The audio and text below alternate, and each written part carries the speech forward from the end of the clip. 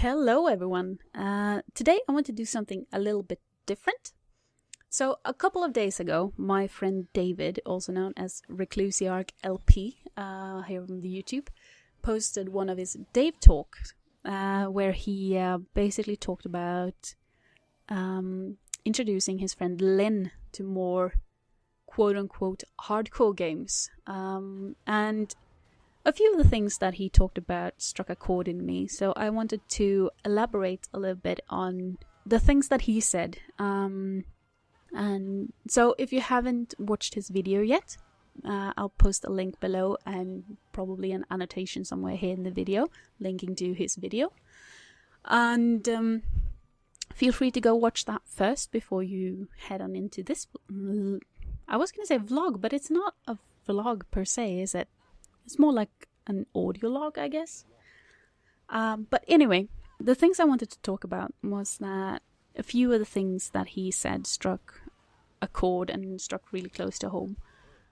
Especially that he mentioned that every gamer plays games differently. And that is okay. Of late, I've been feeling quite a lot of pressure with my Let's Plays. Especially, but also in gaming in general. A lot of it fueled by comments I've gotten and that kind of thing about how I don't play the games correctly, if you can say that. For me personally, I am a story gamer. I am playing games because I love stories, I love characters, I love exploring other worlds and just in general getting immersed in different things. Which might sound kind of odd considering that I do play a lot of shooters as well, but that's mostly because shooters and that kind of thing is very fun together with friends. So I tend to do that, and sometimes I like games because of mechanics. But those are usually more like platformers and that kind of thing. But the bottom line is that I never play games in an optimal way. I never look for, oh, this is the best way to become the most powerful, or I have to do this and this and this and this because that would make me blast through this or whatever. Because I know a lot of people got mad at me when I started my Dragon Age 2 Let's Play. Because I spent so much time customizing my character and then I just blasted past the statistics pretty quickly and talents and whatever. I don't even remember by now. I just know that people got so mad at me. And that's kind of sad. But anyway, allow me to get back on point. That stop trying to go on this tangent because I could talk forever. My thing is that especially with Let's Plays, isn't it the purpose to do something different? To do your thing? Because I don't think that anyone ever plays anything optimally the first time or doesn't make mistakes the first time. And it's I would say it's more interesting that way, because especially with BioWare games, because BioWare has a good tendency to plan for people making mistake or plan for people not following the picketed route. As David mentioned in his talk, that Lynn didn't actually follow through with the Alistair romance, and you got another really bittersweet scene because of that. Those are things that makes things interesting, especially with Let's Plays. And that is one of the reasons that I tend to go back and watch other people play things like Dragon Age, Mass Effect, and lately I've been on a binge of watching several people going through Sherlock Holmes Crimes and Punishments, because that one is amazing for that, because that game doesn't hold your hand at all.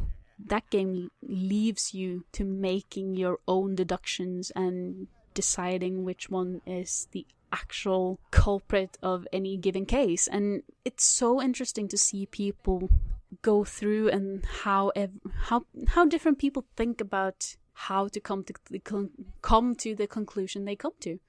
And that is very interesting. And I wouldn't be able to do that unless people were allowed to play things differently in their own way. And so I guess what I want to say is that I don't necessarily get the point about the whole backseat gaming and trying to bash anyone who doesn't play optimally and that kind of thing.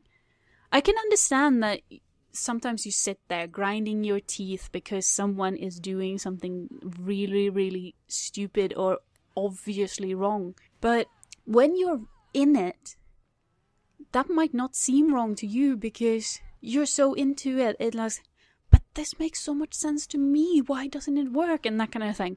So you as a backseat gamer need to take a step back and think about, oh, shit, I might have done it like that, but this person obviously doesn't see it that way. Interesting.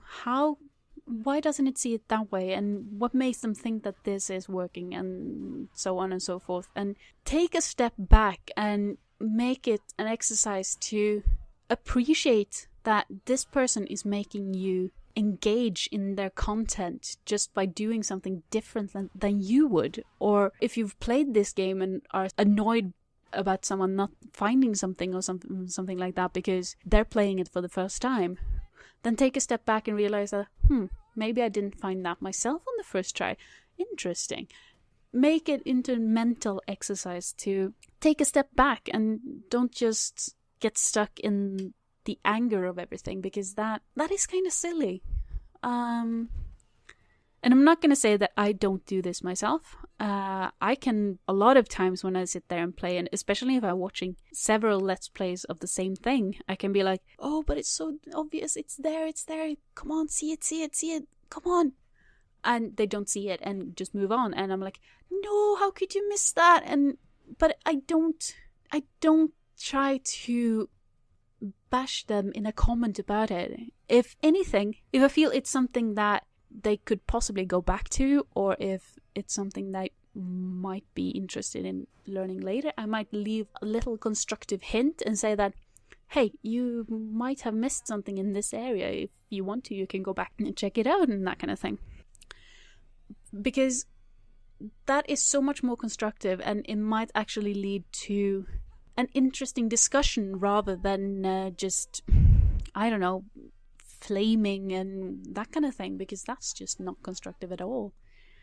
A good example of a good comment that I got recently, I actually got quite a few from the same guy, Jay Latinen. I guess he's Finnish, because that sounds Finnish. I'm sorry if it isn't. But he gave me quite a few very constructive and interesting comments where he explained that if I want to do this again, or if I go back and do this, then I can do it this way instead, because this stat helps for this and this stat helps for that, and that kind of thing.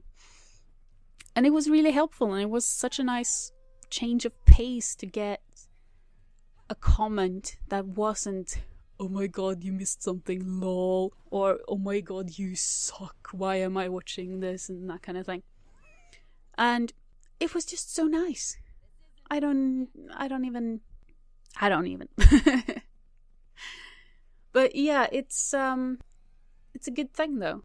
And for me, the charm of Let's Plays is that everyone does it differently, and I get to see things that I probably wouldn't have realized was out there, or I wouldn't have time to play myself, or things like that. As an example, just recently I've binge-watched Dodger. Press Hard to Continue is the channel, and her Let's Plays of 2 dating sims, Alistair and Dandelion.